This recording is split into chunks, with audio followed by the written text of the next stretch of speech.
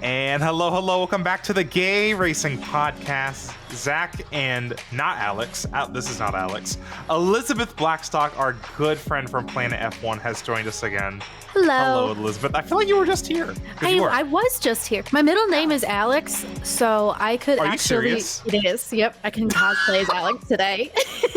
That is so perfect. I did not know that till now. That's crazy. Yep.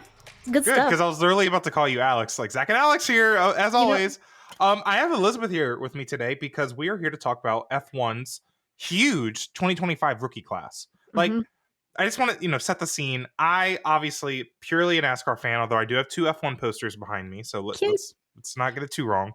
But coming into this year, I tune into Australia and I'm like, who are these people? I mean, 6 of the 20 driver slots are somewhat rookies, right? They're full season rookies. Rookies. Some of them have raced in F1 a little bit before, but they've not done a full season. So these are the full season. I think that counts. This is their first full year where they have a permanent, well, I wouldn't call it permanent, but yeah, we'll get into that. Yeah, we'll get into that. We're gonna get into it really soon, actually. But we posted a TikTok from one of our episodes, and we talked about these guys are AI generated. Who are these people? We have never heard of them, and I'm just wondering, maybe I just haven't been paying attention. So I wanted to have you on because you obviously follow F1 a lot more closely. We're gonna have a little bit of a discussion of these 6 F1 rookies. And we're starting with the one that's kind of not a rookie, but kind of is a rookie, Liam Lawson. It was supposed to be his first full-time season in the Red Bull. Yeah. And, he's had a bunch of F1 starts. He replaced Ricciardo in 2 different stints in the past 2 years. But he just hasn't had the speed in that second Red Bull, which has been kind of a trend with the last few drivers. Sergio Perez in the last few years, Alex Albon a few years ago. And the news just came out that it's not like official, but everyone's reporting that he will not be in the car for the Japanese Grand Prix. Yuki Tsunoda is going to replace him instead. And I was just thinking about it. My first question, why was he picked over Yuki in the first place? Because I feel like Yuki Tsunoda had a lot more experience going into this season. Yes. The answer on this is like legit just politics. Yuki Tsunoda is with the Red Bull Junior program because Red Bull is a Honda team this year and he has significant Honda ties. Right. They're going to be dropping Honda next year to take on Ford. Yeah. So they had no incentive to promote Yuki Tsunoda because there was no long-term plan there for him. Yeah. So they were like, well, we're going to put Liam in because Liam is fast. Yuki, I mean, he's done at the end of this year. They haven't confirmed it, but like everyone kind of knows when they swap to Honda, it's over. So he was not selected because they didn't see any long-term future for him. They picked Liam Lawson despite only having 11 Grand Prix starts under his belt for this car, assuming that he could maybe get up to speed. And he has not done that so far. He has not scored a single point yet in 2025. He retired in Australia after a little crash.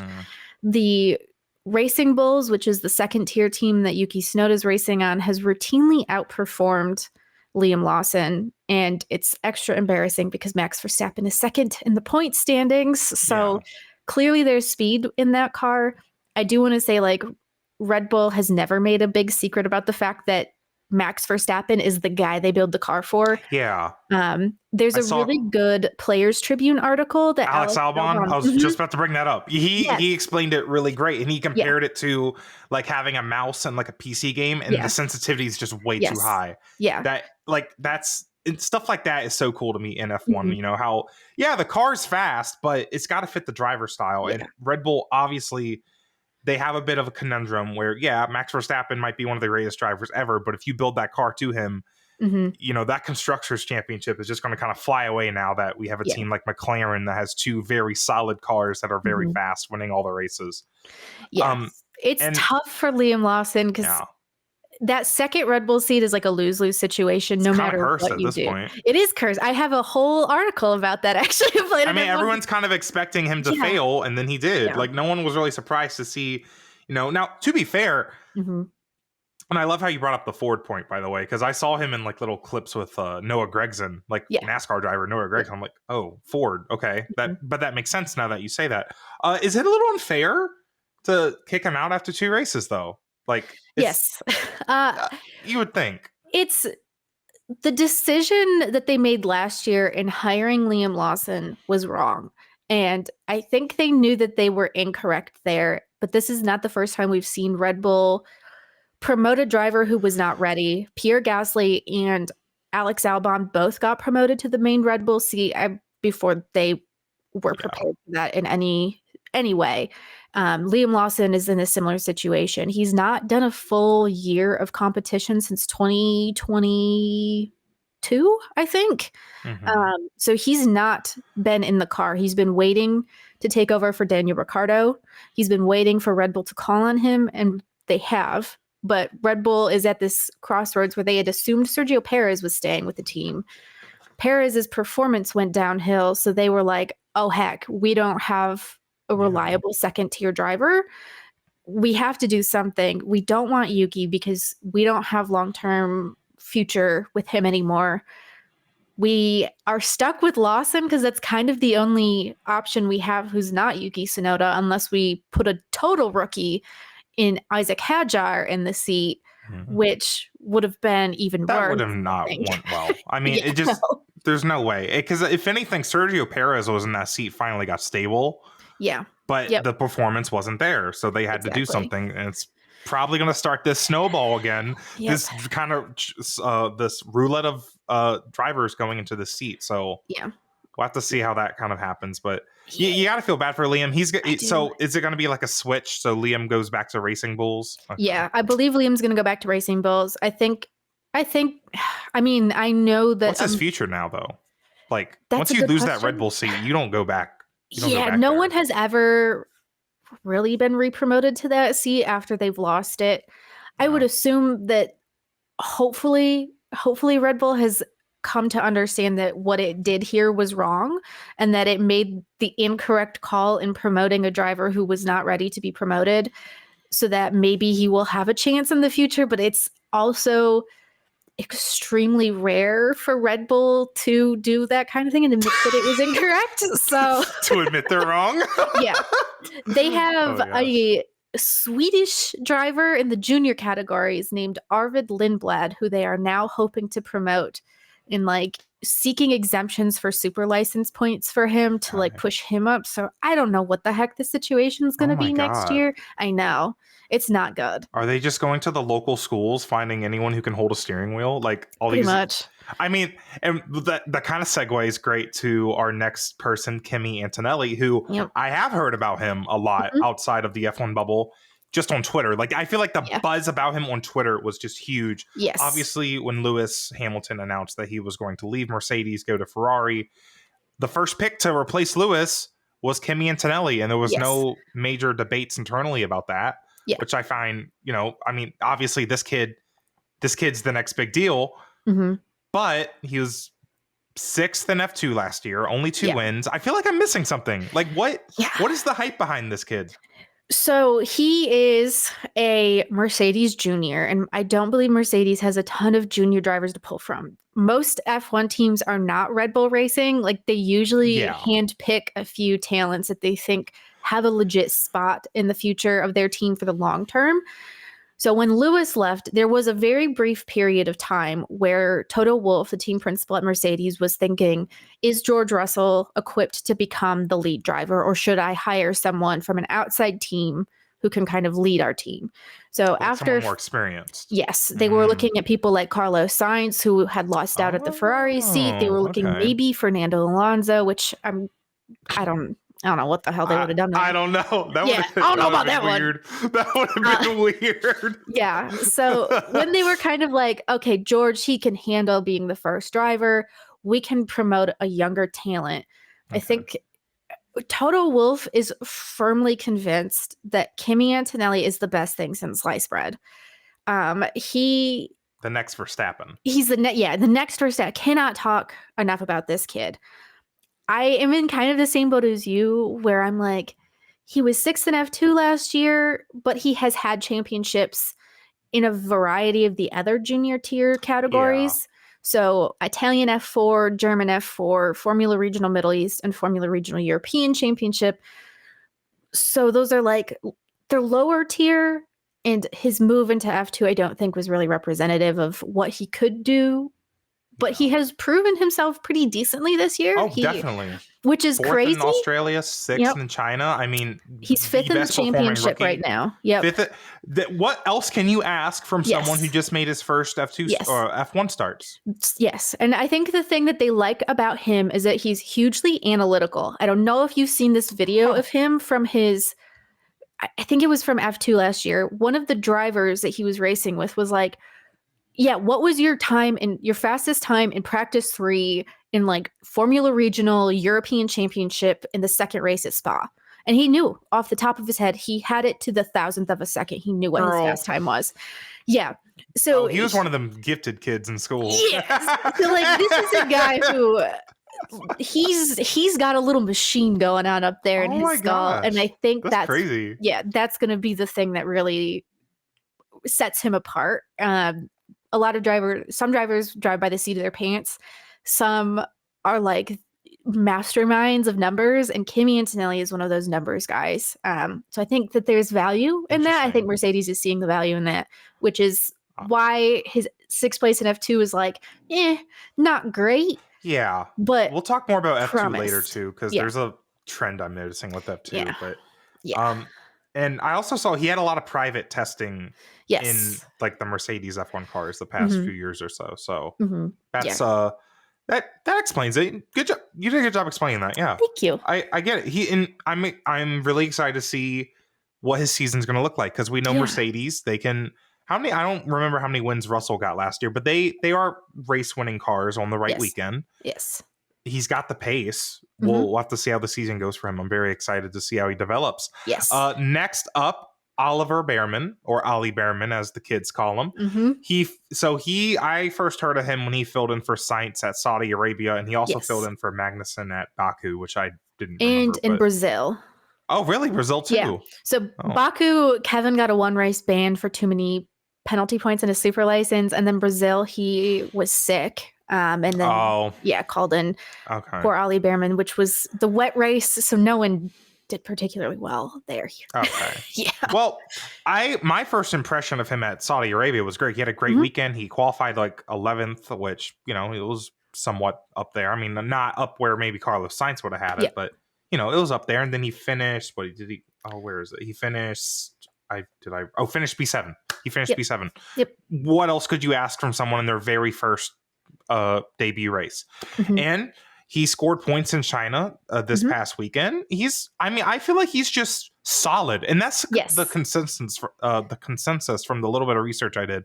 He's just a solid, consistent driver. Yes. There's nothing he's not like a spectacular driver, I think. Not like the Kimi Antonelli that we just talked about. He's kind of like almost the opposite, but still good. Yeah. So if you look at his track record in previous like junior categories, it's not super, super exciting, not super great. Yeah, 6th and 12th in F2. Yep. Yeah. It's fine. But I think the thing that set him apart was his ability to jump right into the F1 car and prove himself in Saudi Arabia. Yeah. That he was a Ferrari reserve driver anyway. So he was the guy that they had relied upon to, like, should this happen, should someone get sick, we've got someone to substitute for him. I think if he had done poorly in that race, it probably would be a different story. But I agree, because again, I have such a good impression of this guy because of what I saw at Saudi Arabia. That's just kind of how F1 works. Yeah. Like, you get your 1 minute, your first minute is the most important minute on the job. It seems like. So So and it worked really well. There's a huge difference between the F2 cars and the F1 cars. So some drivers that really thrive in F2 can't make that transition to F1. And some drivers who are like mid as hell in F2 get to F1. They're like, oh, actually this car better suits my style with the more downforce, better speed, better, harder braking. We've seen that in NASCAR so much, especially now with the Xfinity and the Cup cars. They're so different. And I mean, Jimmy Johnson, 7-time NASCAR champion, he had like one Xfinity Series win, and then we know the rest of the story. So that makes sense to me, because these first three guys, Liam Lawson, Kimi Antonelli, Oliver Bearman, I feel like those were the three rookies that I knew of coming into the season. Like, I've heard of their name before. I know who they are. The next three, I did not hear of. Yes. And I think it's literally because they're, a lot of the reason they're here is because of their F2 success. And this kind of like brings me into this little mini discussion about F2. I just feel like F2, I don't know if it's just not promoted well or if it's something where I just don't pay attention because I tune into the Grand Prix on Sunday. Maybe I'll catch qualifying. I'm not watching the support series. Maybe that's where the disconnect is for me. Yeah. I think it's, especially in America, it's very hard to kind of keep tabs on it because those races are at like 5 a.m. They'll be even earlier, right? The F1 races early. Those races are even earlier. I can't be bothered to wake up and pay attention to that kind of stuff. To watch Jack Doohan and Isack Hadjar battle it out, Yeah. So that it is like the training ground. Obviously, Formula One has created its pipeline into F1. It has prioritized its junior ladder system, and it has refined that junior ladder system over the past couple of years so that there's a clear progression. So naturally, like if you get to F2 and you do well, at that point, it is assumed that you already have signed with a Formula One team as a junior driver. Every single team pretty much has one. And the teams that don't have one have affiliations with other kind of organization. So like Haas doesn't have a junior team, but it pulls from Ferrari. Yeah. That makes sense. Exactly. Yeah. And so then you get to this point where you've got like Gabriel Bortoleto. Right. He's next on my list. He is a strong. Yes. He's a seriously decorated racer in the junior categories. So he won his rookie season in Formula 3 and then went to F2 and won in his rookie season in F2. Yeah. So he has dominated on his way up. Plus, he is represented by Fernando Alonso's management company. So that gives him, I think, kind of another leg up because you've got your manager effectively in the paddock every single weekend advocating for you and talking to kind of like what you can do. So he has not scored any points yet, but he is in a Sauber. That's the thing. He's in like one of the slowest cars. So it's like, what are the expectations for him? That was my question for you. What are the expectations? Like, I think just get experience, finish. They've been very happy with his performances. He's been very happy with his performances, all things considered. He's signed a multi-year deal with them. So he's next year Sauber. Sauber is becoming Audi. So he's okay. I see what happened there. He's going to bridge that gap as they move forward. So he's got like they're relying on him. They have expectations that he's going to keep going forward, which is all they really I think want to see from him. It's a better situation. The last driver who won F3, won F2, and then went into F1 was Mick Schumacher, and he went into Haas, and I don't know what happened there, but I think everyone hated him, so he did not last particularly long. But I think he was in a weird situation too with he was teammates with Mazepin, right? Yeah, so that was weird. It was bad news bears all around, and they just did not like that man. There was like personal animosity between Gunther Steiner and Mick Schumacher.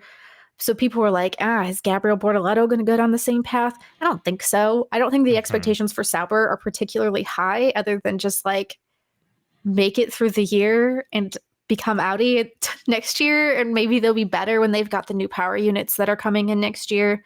Right.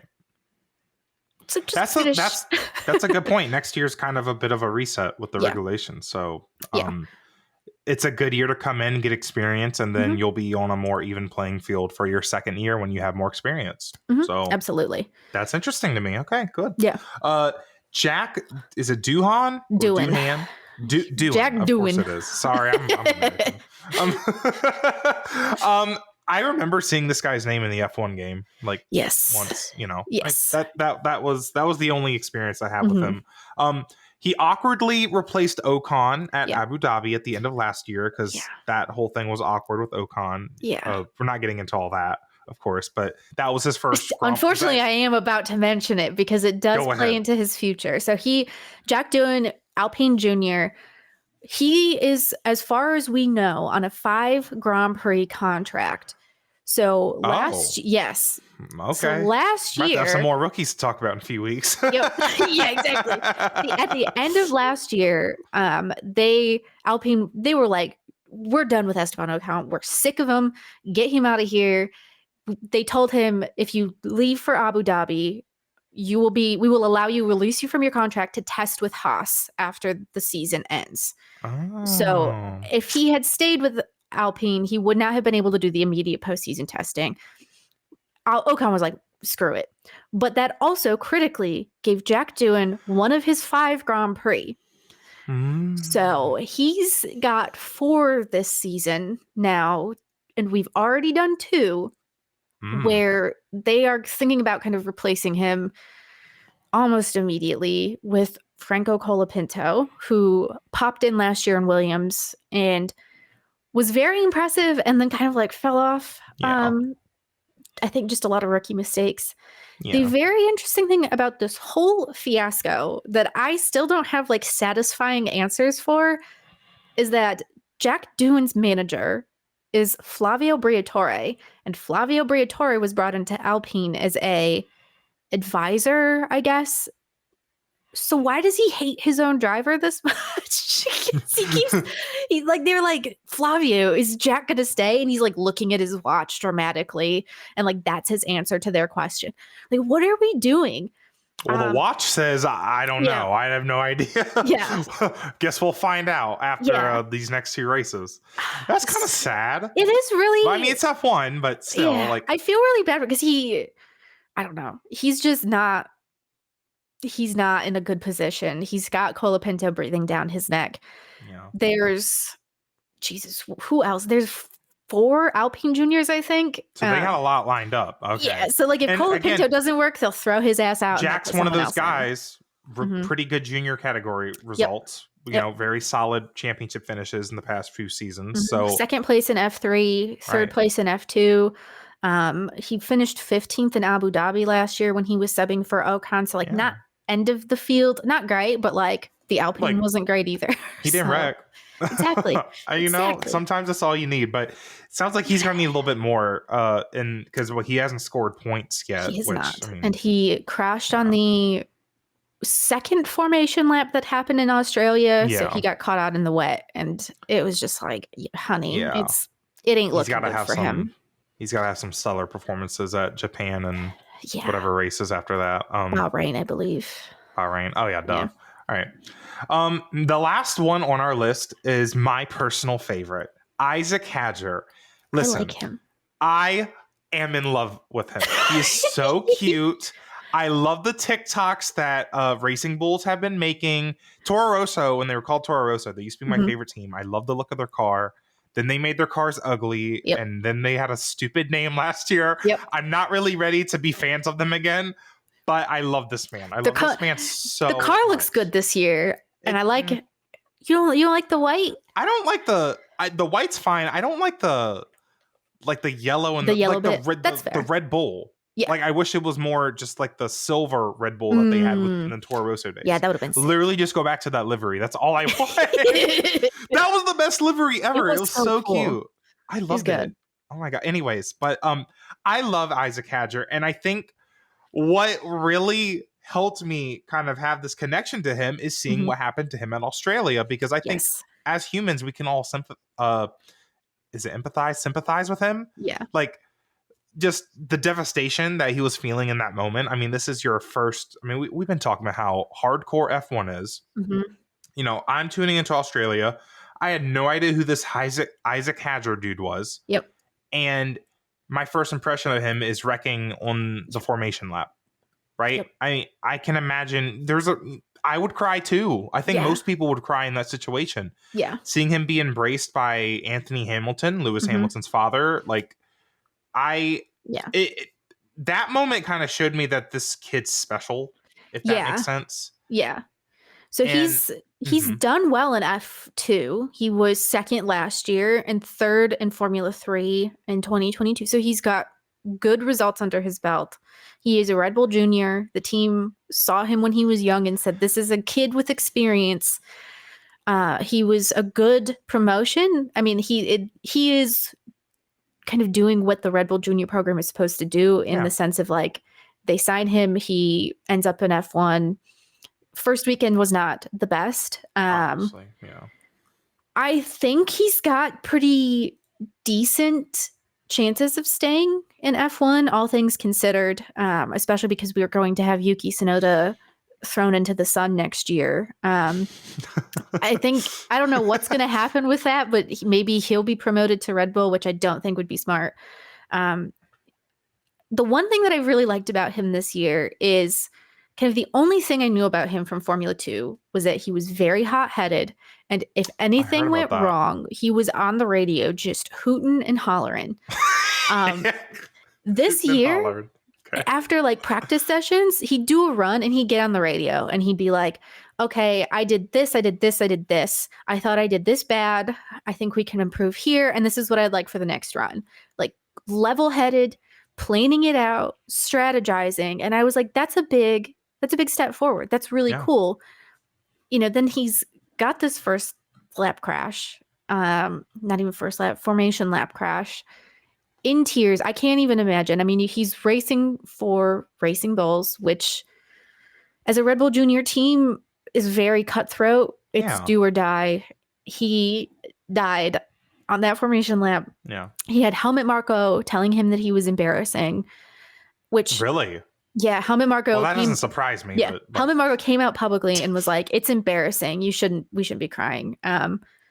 And then Isack Hadjar, like in the press conference before Australia, was like, "Oh yeah, I was embarrassed too." And then a bunch of the other drivers very wonderfully were like, "You shouldn't be embarrassed." Like we all have emotions. No one's ever said anything about a driver wearing his helmet back to the paddock before, because we've all done this. We've all been there. Your first race, the adrenaline dump that must have happened as he's climbing out of his car, you know, there's so much that goes into it where other people came to his defense, which I really liked. He seems like a nice boy. That moment of difficulty for him, I think is why I like him so much. Yeah. You want to root for him. Yeah. Yeah, you may, and that's why we love sports. Yes. At the end of the day, not just F1, why we like sports in general. Mm-hmm. We want to see these humans succeed and face these challenges and overcome them. And a lot of these rookies have a lot of tall tasks in front of them this year. I think that's always the theme, especially with a really big rookie class, because they're also competing against each other. Yeah. And Isack Hadjar he's gonna be my guy. I'm gonna pay attention to him this year. I love him. He is nice. Yeah. I mean, I haven't met him yet, but I'm sure I will soon enough. And I'm sure again, he will be a nice boy. He eats up the TikToks. I know. He is eating up the TikToks. Did you see the one where like they were asking all the celebrities, who's your favorite driver? And it's like everyone, Isack Hadjar. Every single like people, I'm like, I don't think they know who this guy is, but the Red Bull Racing Bulls person got them on this one. It was so funny. Gosh. It was so He's I was so like, funny. Me too. Oh my gosh. F1 needed someone like him. They did. Well, that's all the rookies for now. Yeah. Who knows what's coming up next? Oh my gosh. F1 is, I mean, again, it's just all these rookies. And I feel like these teams, I mean, they're only getting more cutthroat because you got to find whatever kind of advantage you want. And if it's in the driver's seat, you'll take it. You'll do something. And we had so many, personnel changes last year, so many drivers leave, so many long-term guys so weird. Knocked out. So it's going to be crazy. It's going to be crazy. And that's kind of maybe part of the reason why I'm more interested in F1 this year, because there is just so much new. Yeah. I mean, we're possibly looking at, Max Verstappen losing his championship streak. You have to see how that plays out. It's going to be an interesting season at F1. And if you want to hear more about F1, obviously, Elizabeth, you work for Planet F1. Tell us a little bit about that. I am the U.S. editor at Planet F1. So any of the American events, I will be there. That's North American, so Canada and Mexico as well. Digging into all the goodies, lots of analysis. I've got a whole story on the cursedness of the Red Bull's second seat that we published this week.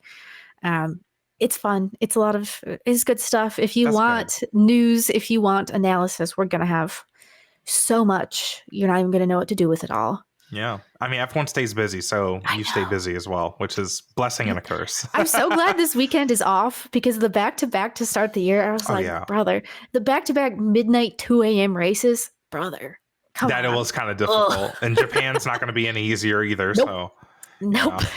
If you enjoyed what you heard here today, make sure to subscribe to our YouTube channel or follow us on the Gay Racing Podcast on any podcast platform. I'm normally joined by my co-host Alex, and we talk about NASCAR, IndyCar, and we've talked about every single F1 race so far this year. So the streak's going good. We'll see if we talk about Japan. Thank you so much, Elizabeth, for joining us. Thank you so much to our Patreon subscribers, because you guys heard this episode first on our Patreon. You can join us on patreon.com/gayracingpod. If you rate us 5 stars on Spotify and Apple Podcasts, we'll read any 5-star kind comments or 5-star written reviews. You can follow us at Gay Racing Pod on Blue Sky, TikTok, Instagram, wherever you find your social media. You can find me at Dreamy Zack Racing. You can find Elizabeth Blackstock at how do you say it? Would you say it Eliza Blackstock? No, Eliza Blackstock. Eliza. I thought I was being really clever because I was like the B in my Elizabeth. I can like put it, and then everyone. I think that's what messed me up, because I wanted to say Elizabeth, like, but how do you say Eliza? Like, that's so cute. I'm so glad you like picking a new. And I was like, I'm not rebranding. I'm sorry. It's just I thought I was being clever. Eliza Blackstock. Actually, you just got to practice it, and then it rolls off the tongue once you get there. Okay. Good branding. All right. Thank you so much, Elizabeth. Thank you so much, everyone, for listening. We'll see you guys next time. Bye-bye. Bye.